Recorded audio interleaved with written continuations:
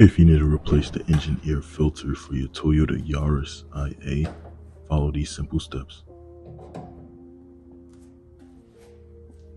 First, unclip the metal clamps that hold the air filter housing closed.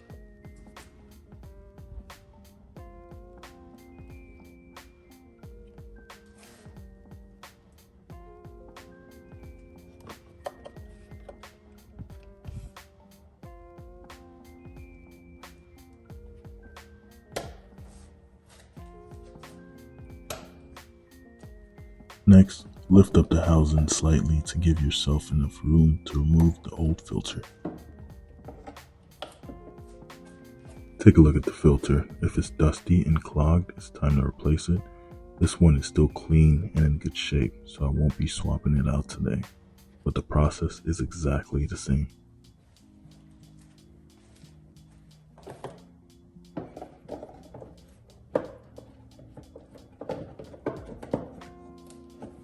Close the housing and snap the clamps back on.